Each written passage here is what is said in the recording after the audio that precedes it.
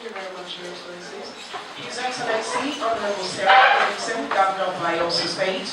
His Excellency, Retired Rear Admiral Godwin John Jonah, Deputy Governor of Bayelsa State. The Speaker of the Bayelsa State House of Assembly, Right Honorable Kongowe Friday Benson. The Consule General of the United States Consulate in Lagos and members of his entourage. The Secretary to State Government, Professor Edmond Alisinoguru. The Chairman of the People's Democratic Party in Bayelsa State, Colonel Samuel Ilokuma. Members of the Executive Council, the Chief of Staff, Government House, Special Advisors, Senior Special Assistants, Gentlemen of the Press, distinguished ladies and gentlemen. Your Excellency, since you came into office, good people have been attracted to Bayelsa State. And today we can say we have another set of good people. May I, with your kind permission, introduce formally the Consul General is Mr. Jeffrey Honkins. Please let's put our hands together for him, please. And seated by his left is Mr. Ron Reinhardt. He is the political officer of the consulate. Let's put our hands together for him. And the lady with them is Kathleen Konati. She is the representative from the State Department, Washington, D.C. Let's put our hands together for her. Your Excellency, may I, with your kind permission, hand over the microphone to the Consul General to formally state the purpose for this visit. Sir.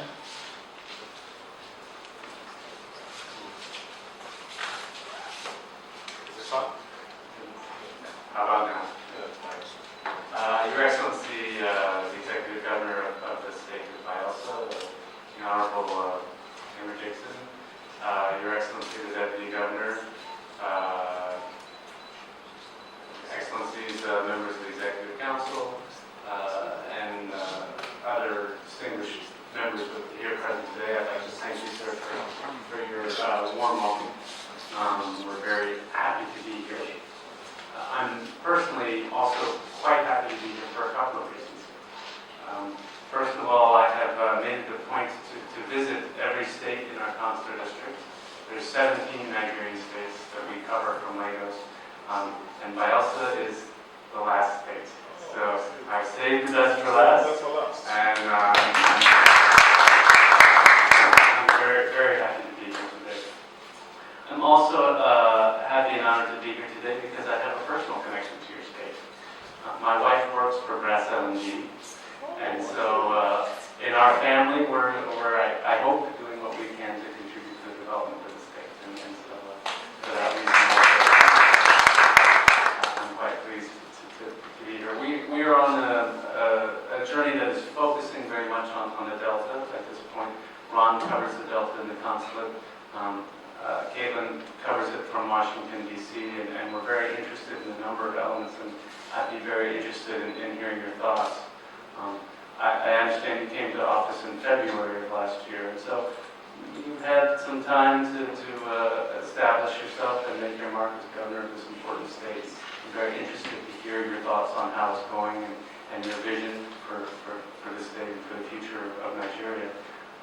We're particularly focused on two elements on this trip. The first is governance, and that's something in particular that Caitlin looks at, and how Friends of Nigeria can help the Nigerian leadership and the Nigerian people work on those critical issues of governance around which everything else flows. I mean, if you get governance right, that helps get security right, that helps get economic development right, that helps get education right. And I've heard a little bit about some of your efforts in that regard from others, and I'm very interested in hearing about that from yourself. The other one, of course, is security, and as a country that's deeply interested in the security situation in Nigeria, here in the Delta, in the north as well. I'm very interested in hearing your thoughts on how that's going, what the future holds, particularly for the Delta, in terms of the electoral season. Nigeria is a country that seems to enter into electoral seasons fairly early. 2015 seems like a long way away, but it's on everyone's mind now, and that obviously has an impact on security issues, and also issues around the amnesty and dealing with some of the really thorny problems that the Delta has grappled with. And so I'm looking forward very much to hearing your thoughts and learning more about this great state. Thank you very much. Your Excellency, like you said, they are partners in progress. May I at this point respectfully ask that you formally respond? Let's put our hands together for His Excellency. Thank you very much. Your Excellency, my able and reliable ally and partner, the Deputy Governor of Bayelsa State, Admiral John Jonah, who is still actively serving, the Right Honorable Speaker of the House of Assembly of this great state, our brother, friend, and partner, the Consule General of the United States Consulate, the political officer, and the representative of the State Department who is here with us, the Secretary to Government of Bayelsa State, my boss, the State Chairman of our party, the head of our service, the members of the State Executive Council, the Chief of Staff, the special advisors, senior special assistants, distinguished ladies and gentlemen. Let me firstly, on behalf of the government and the good people of this state, welcome you most heartily, members of your delegation, to Bayelsa, which we call the glory of all land. Let me also thank you on their behalf for all the wonderful job you and members of your team have been doing in terms of promoting and deepening the very excellent bilateral relationship between your country and Nigeria. Concerning the issues that you raised, let me briefly say that we share your concerns about the importance of the governance process, and we made it a cardinal issue in our government from day one. As a matter of fact, in the course of my electioneering campaigns, I said I was going to reform the government structure to prevent wastage, block leakages in terms of corruption, and then promote accountability and transparency of the government process. That is ongoing, and in pursuance of that, we've signed a number of bills to the House of Assembly. But we are building institutions here. That's also part of the challenge. In terms of reforming the governance process, that's also part of the challenge. Building institutions. So the Assembly has been a partner in that respect. Signed a number of bills. The bill on the disclosure, the transparency of income and expenditure bill, which obliges me on pain of impeachment. We inserted that clause, sent it to the Assembly. Speaker and members of the Assembly passed it into law, and of course assigned it into law. And by which every month we announce to this state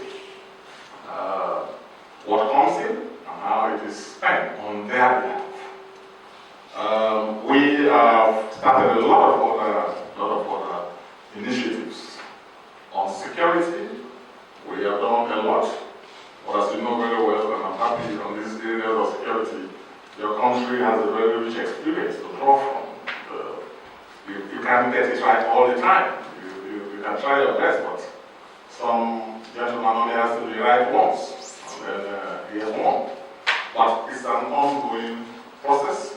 Even in that, I've sent a number of bills to the Assembly, from the law authorizing electronic surveillance, to the law on cultism, the law on vandalism, and so on. So all of those processes are supported by various laws that were initiated by the executive branch and sent to the Assembly. So we are trying our best. You may have noticed that before our government came into being, Bayelsa was very bad in terms of the security situation. Things were very bad. But in the last 1 year, working with a crop of dedicated team of officers and men of the services, and then with the active cooperation of the citizenry of this state, who have also been fully mobilized to realize the importance of security as a basis for development, we've been able to reduce the rate of crime, particularly with respect to violence and criminality. said earlier, you can't get it 100%. It's an ongoing effort. And so that is going on. Inagua and Bayelsa become relatively safe, as you have seen yourself. Nightlife has returned. We entertain lots of visitors, investors, tourists, day by day. And it's an ongoing process. And going forward, we intend to even get it better because of the robust programs and policies we have put in place, some with the backing of the law of the Assembly, and others by sheer force of policy and showing an example and telling everybody that crime and criminality, violence and terrorism does not pay. We condemn it and we punish it very, very hard about that. Let me also use this opportunity to commiserate with your country and also thank the example that your government has continued to show on the need to stand firm on issues of terrorism. As you know, this is a challenge that's quite that's going around the world. A lot of countries have that challenge, and my country is not an exception. We're actually in the thick of it, confronting a challenge that we never knew existed prior to now. But then I'd like to also commend the steps that the President and the security forces are taking to combat that. And let me say that we know we have challenges of militancy and things that have to do with our economy here, but we are also very firm on that. In this state, everybody knows where we stand on the need for people to be law-abiding, on the need for there to be swift punishment for crime, criminality, and violence. People are not in doubt at all about where my government stands.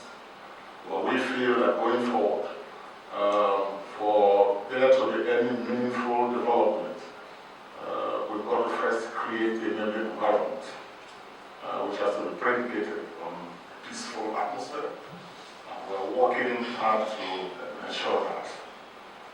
These are areas that we will welcome any collaboration, support, and encouragement from our partners. But there's also another issue that should be of common concern and interest to us, which I want to talk about, which has to do with the need for greater collaboration for the protection of the environment. I say so because, as you may very well know, this state was where the story of Nigerian oil and gas started in 1956-58. The first oil well just about 5 minutes from here. So in this state, we're very conscious of the place of the environment. We live day to day with the realities of living in a degraded environment. And as I often say, as a passionate believer in the environment myself, that we have not treated our environment with the care and concern that it rightly demands that we should.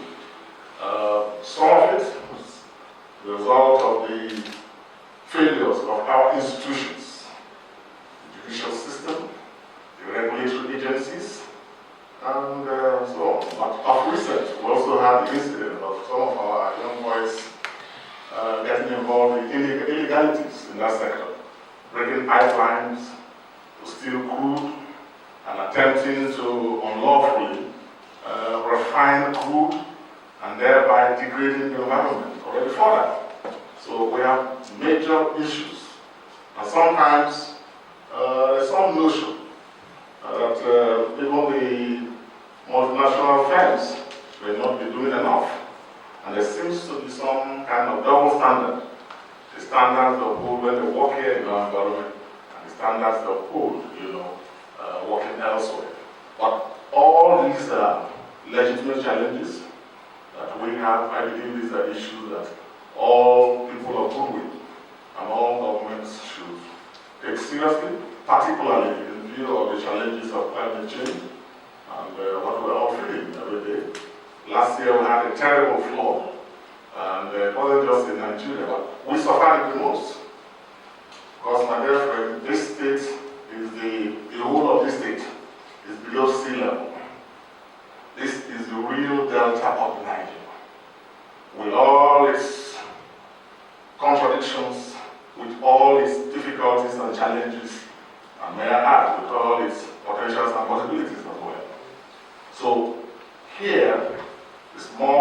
Niger and Delta State. I understand you visited yesterday or the day before. This is more riverine than River State. You know. So this is where the Niger Delta is. So we have a lot of those challenges, environmental, and, as well as the other issues. Now, as a government, knowing the place of capacity building, well, you can't think of building the future mainly by building roads and bridges, as we're already doing a lot, undertaking massive infrastructural construction jobs all over the states. You go around and you see some yourself. But for tomorrow, that's not enough. You've got to also invest in the capacity of the human beings. That are often characterized as the most challenging, most important challenge of our time. We didn't invest enough. Succeeding previous governments, not just in this state, but all over in this country, didn't invest enough, I think, in that. And because of that, we have taken investment in education to another level. This state we have proclaimed free education compulsory. And we have provided everything from building schools to building teachers training schools to granting scholarships. In 1 year, we gave over 100 postgraduate scholarships in this country and over 80% of them outside in just 1 year. We're even selecting students, pupils, to be sent to secondary schools with boarding facilities because we must expose them to the skills and the competencies that they need to survive in what has become an increasingly globalized and competitive environment. So the challenge of manpower development is critical, not just in my state, but in the Niger Delta, perhaps more than a few other places. So all these are efforts we are making, and I want to thank you for finding time in spite of the very tight schedules to visit us. You talked briefly about discussions you would like to have concerning contemporary developments that are political in nature. We can have some of those after now. But as we see your country as a partner that is needed for the development and upliftment of this region, of our country, and our world. So thank you for finding time to come. And we look forward to a robust partnership between my states and your agencies that you can talk with. Bayelsa is safe. Bayelsa is ready for development. Bayelsa is ready to take the giant strides. We have, in fact, a new Bayelsa now. New Bayelsa where we talk to our friends and partners from all over the world. We're in a hurry to be the new Dubai of this region. With partners and friends like you and talking to businessmen who are interested in genuine businesses, let them know that Bayelsa is safe to invest unless people come in to share, to be part of the opportunities here. But you will see that is not possible with the type of advisories that I know that emanate from most Western embassies. But as you can see, we need to work together, even at these times that you have those advisories urging people not to visit. You have your nationals working in the States and in other similar places, doing business, creating wealth, making money for the shareholders, and so on. So the truth is that we all must not give up to terrorism. But if we say people should not visit areas that we consider unsafe, and people don't come, I consider that to be succumbing to terror, which is one thing we don't want to do. We've got to confront terrorism. We should not allow terrorists to redefine our values and the way we want to live our lives and what we want to do for our people. And I would like to use this opportunity to also request you to reconsider some of these things because we want to promote investment in such a way that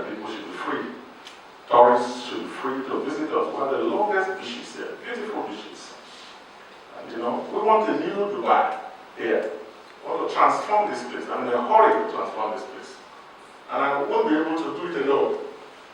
So we need the active collaboration of the private sector, which alone knows how to do business. And with a government that understands the role of the private sector. They've got a friend and a partner here in Bayelsa. So I would like you to also help by telling the Bayelsa story. The Bayelsa story of what is possible, the story of endless potentials and possibilities. But above all, also the story of determination of our people and commitment on the part of their government to make a difference. I thank you for coming and God bless you.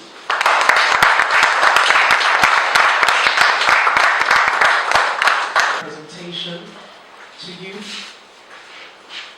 a symbolic one.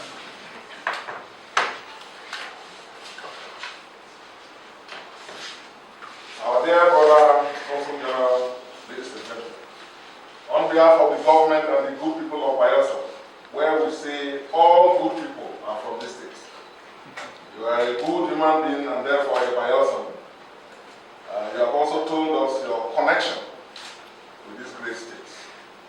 And in appreciation of all the partnerships that are possible on account of this visit, and in appreciation of your visit to our great state today, I have the honor and privilege on behalf of the government and the good people of this state to present this plaque to you, which is simple but very profound in terms of its cultural and historical symbolism. This plaque contains the crest of the John nation. This is the Jerusalem of the John nation. And to acknowledge the fact that you have come to visit the Jerusalem of the John people, it's my honor and privilege to present this plaque to you as a token of our appreciation, not only for this visit.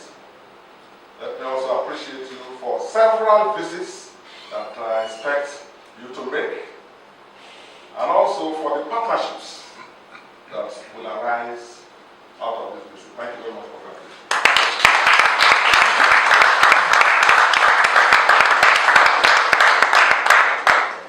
I'll request here.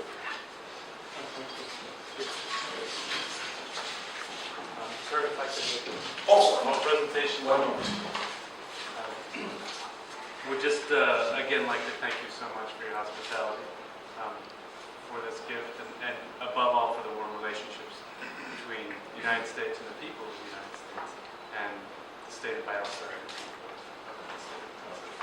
thank you.